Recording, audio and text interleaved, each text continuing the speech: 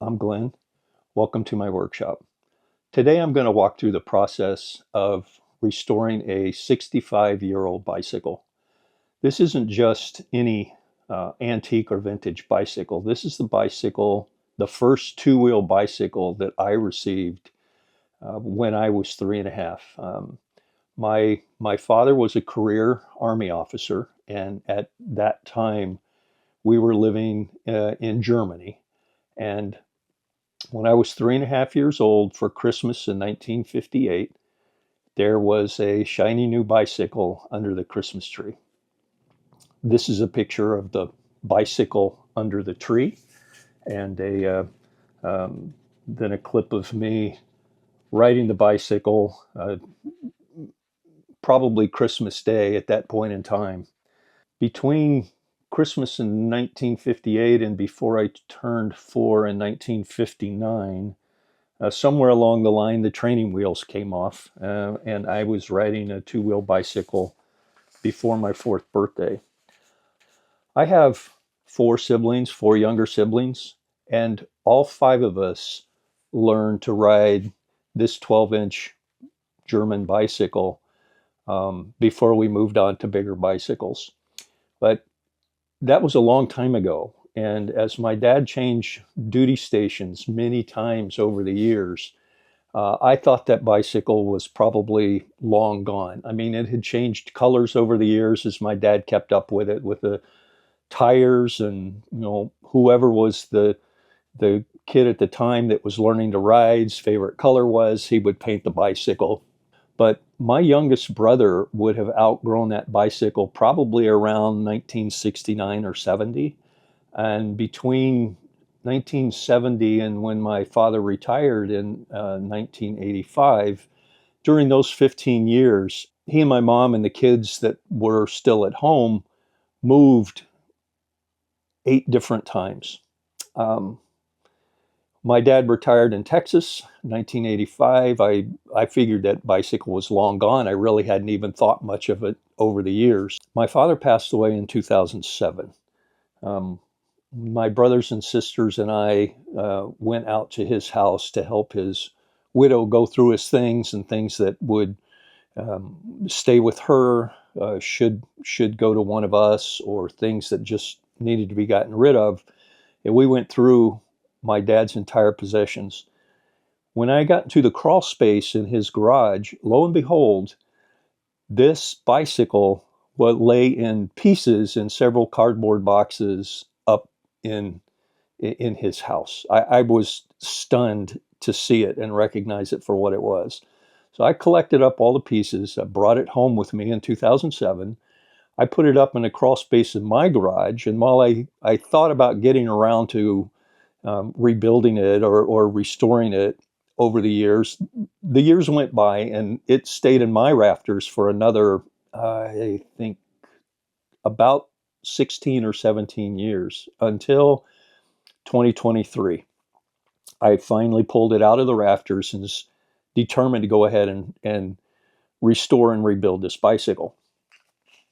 So here's a picture, a few pictures of the condition that it was in after the years that it had spent in my father's garage and then ultimately in my garage before I pulled it down to restore it. This is exactly the way I found the bicycle in Texas in 2007. So you can see there's a good deal of rust on the frame. There was an attempt to repair the frame where it had cracked. The tires were useless. They had become stiff with age. The coaster brake, the hubs, there were spokes that were broken or just outright missing, in pretty rough shape. But it basically was all there. So the first thing that I did was I completely disassembled the bicycle. I disassembled every hub, every bearing, the crank pedal shaft, every piece of metal that was pressed in, every bearing race was completely disassembled down to its basic parts. Here's a shot of the pedal spindle and all the parts that went into the pedal crank, and also a picture of the coaster brake completely disassembled because I intended to have the inner hub chrome plated, and to replace all the spokes. The steel spokes, like I said, several spokes were broken or missing. So I had custom stainless steel spokes made for both wheels. And then I separated all the parts into 3 piles. There was a pile of basically the frame and the body parts and fenders that I was going to take to a powder coater and have powder coated blue. And then there's another pile of parts, which was a lot of the metal parts and the hubs from the wheels, various nuts and bolts that were not replaceable items, that I was going to take to a chrome plating shop that I use. And then the third pile was all those things that I was going to either rebuild or replace. The pedal crank, for example, which needed some work. Nuts and bolts, various nuts and bolts that I could replace with stainless, I replaced with stainless. Those that I couldn't because of their unusual size, I just cleaned everything up. I completely rebuilt the coaster brake so that would be properly functioning again, and then started the restoration process from there. Here's a picture of the parts that were most of the parts that were headed to the powder coater. What's not showing in here is the main frame, but the fenders, the fork, the rims, all on their way to be powder coated. And here's a couple pictures of the parts when they came back from the powder coater. Made a big difference to have them all looking shiny and new again, ready to be reassembled. This is a couple shots of the parts that I took to the chrome plater. I think there were 17 individual pieces that I took to my plating shop. They did a really nice job for me. Even the engraving of the brand name of the Centrix brake was visible on the brake arm on the bike. And so began the process of reassembly. I pressed all of the newly chromed bearing races back into the bicycle where they belonged. Other tidbits. I did take liberties with the chroming as I did with the blue powder coating. I chrome plated a lot of pieces that were originally either painted the same color as the bike or were nickel plated, which was much more common in the 50s than it is today. I found online, after a long search, I found some smooth white tires. It seems like that all of the 12-inch bicycle tires that I could find in the United States were all knobby tires. That's the style being sold on kids' bikes today, and I could not find them.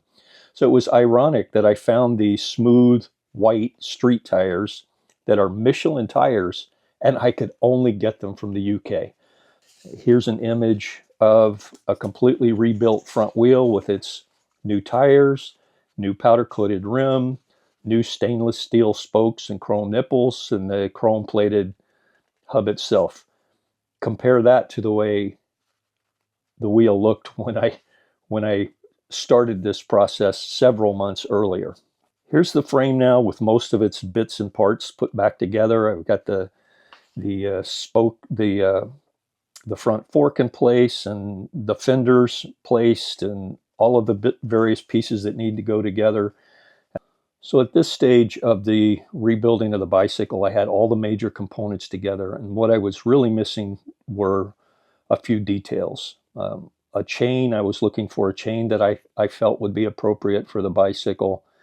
The seat, which was going to take some effort to rebuild, which I'll explain in a minute. And then I was really devoted to the notion of finding period correct handlebar grips and pedals for this bicycle, which proved to be a long search and a lot of waiting for the right items to come up on eBay.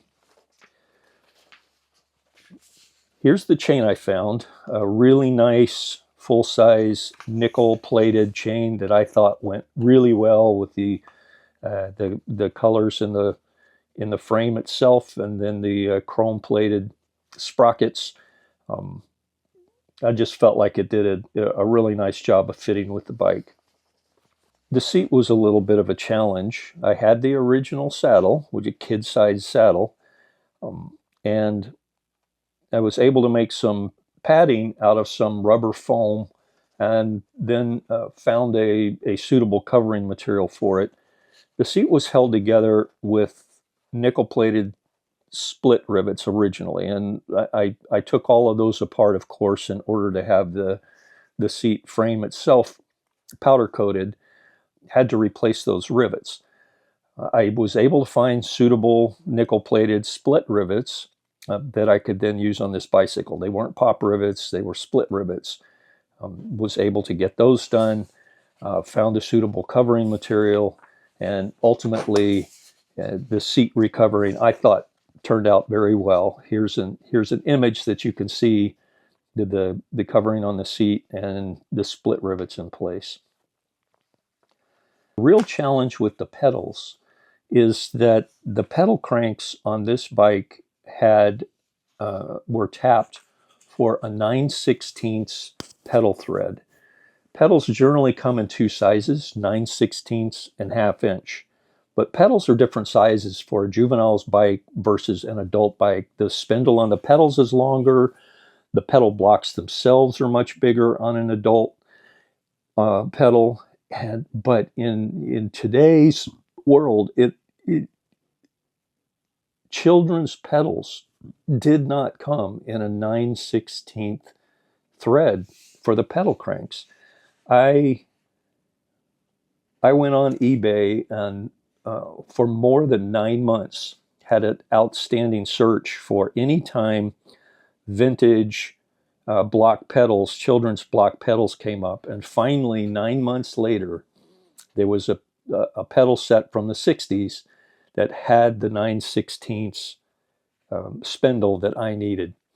Now, the problem with the pedals that I bought, they had the right size spindle, but they were not period correct because the pedal blocks themselves had built-in reflectors, and built-in reflectors were not common in the late 50s when this bicycle was made. So search continued on until I got some children's pedals that had the right black block shape to them. And by buying those, and then another set of juvenile pedals that I needed for some other bits and parts. So I finally was able to make these pedals for this bike by combining the parts of 3 different vintage juvenile pedals in order to get to this solution.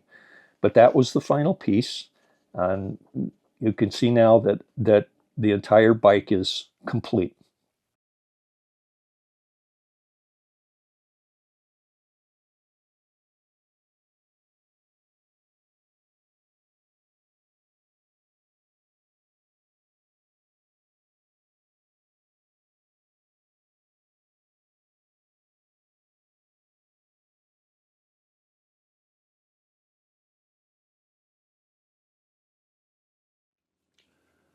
I hope you enjoyed my video today.